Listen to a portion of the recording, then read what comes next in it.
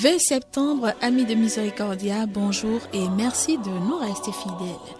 Comme un saint de ce 20 septembre démarre par l'histoire de Saint André Kim Taegon et ses compagnons.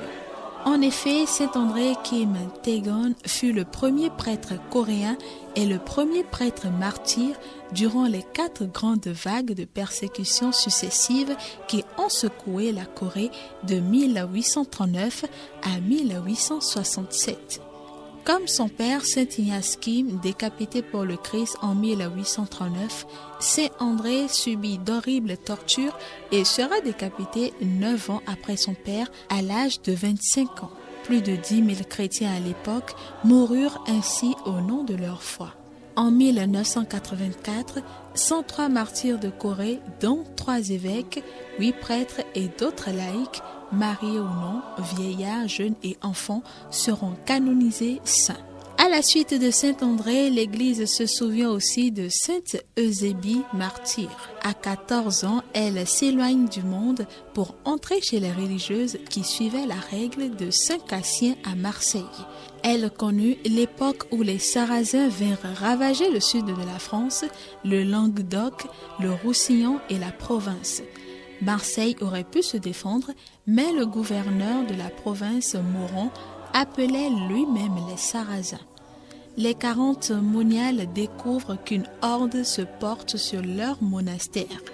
Elles se réunissent à la chapelle et se mutilent le visage pour échapper au déshonneur de viol, se coupant lèvres et nez. Quand les Sarrasins entrent dans le monastère, se réjouissant de choisir chacun une femme, ils reculent d'horreur et, déçus dans leur espérance, ils les tuent par le glaive.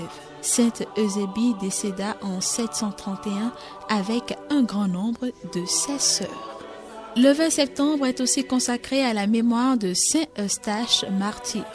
Il était général dans l'armée impériale. Eustache aurait été converti par la vision d'un cerf portant une croix dans ses bois lors d'une chasse. Il se convertit avec sa famille.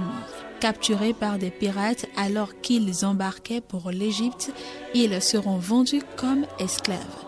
Eustache fut garçon de ferme, Théopista, son épouse, servante d'auberge, et leurs 2 fils, garçons dans une boutique.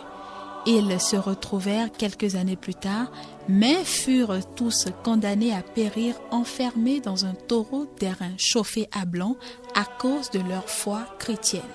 L'Église fait aussi mémoire de Saint Jean-Charles Cornet, martyr missionnaire au Tonkin.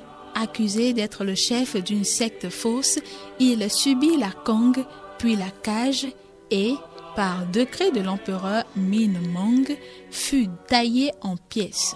Au milieu des difficultés de toutes sortes qu'il subit et jusque dans la mort, Jean-Charles Cornet a proclamé sans crainte la foi devant les hommes.